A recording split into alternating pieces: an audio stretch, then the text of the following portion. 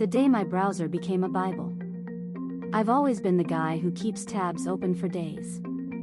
But when I finally closed them all, it was less about productivity and more about something unsettling. It started with a simple Google search: what if time loops aren't real? I had no idea what I'd find. Just a few hours later, I had 17 browser tabs open, everything from quantum physics forums to YouTube videos of people claiming they've lived the same day over and over. "You're watching too much conspiracy content," my roommate said, leaning against my doorframe. "That's not healthy." He was right, but I couldn't stop. Something about the timelines just clicked.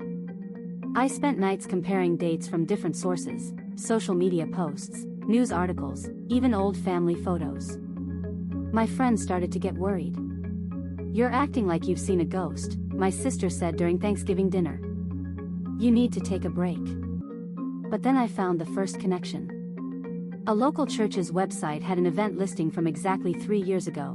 Same date, same time, same location as a photo I found online of a man who looked just like me, standing in front of the same church. "This is insane," I whispered to myself, my hands shaking as I scrolled through more evidence.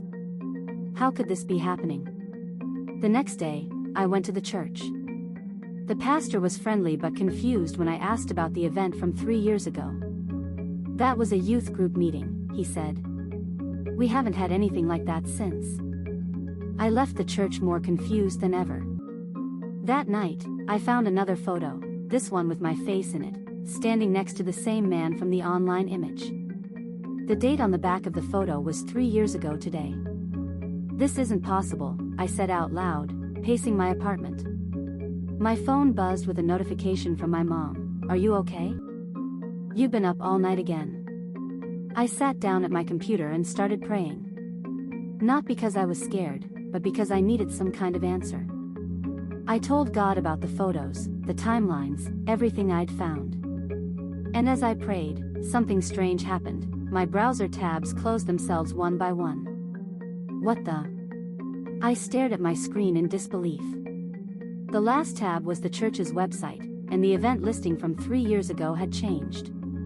Instead of a youth group meeting, it now read, "Miracle of the Resurrection." I couldn't believe what I was seeing. The pastor must have updated the website after my visit. But why would he do that? What did he know about me? The next morning, I called the church and asked to speak with the pastor. He agreed to meet with me at the church later that day. As I walked through the doors, I felt a strange sense of peace, like maybe this was all part of something bigger. "You've been going through some unusual things," the pastor said as we sat down in his office. "I can see it in your eyes." I told him everything about the photos and timelines. He listened carefully, then smiled gently. "You know, I used to have a similar experience when I was younger. I saw something that couldn't be explained, and it changed my life forever." "What did you see?" I asked, leaning forward in my chair. He looked at me for a long moment before answering. "I saw myself standing where you are now, 3 years ago today. And I knew right then that God had a plan for me, one that would take years to unfold." I sat there in stunned silence. Everything clicked into place, the photos, the timelines, even the closed browser tabs. It wasn't just some random coincidence. It was part of something much bigger. "So what does that mean for me?" I asked finally, my voice barely above a whisper. The pastor smiled again, this time with more certainty. "It means you're exactly where you're meant to be. And God has a purpose for you."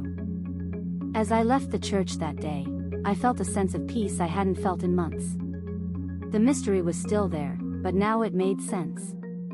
It wasn't just about finding answers, it was about trusting that God had a plan, even when things didn't make sense. I've kept the photos and timelines as reminders of how far I've come. They're not just evidence of something strange, they're proof that faith can guide us through the most confusing times. Comment your take.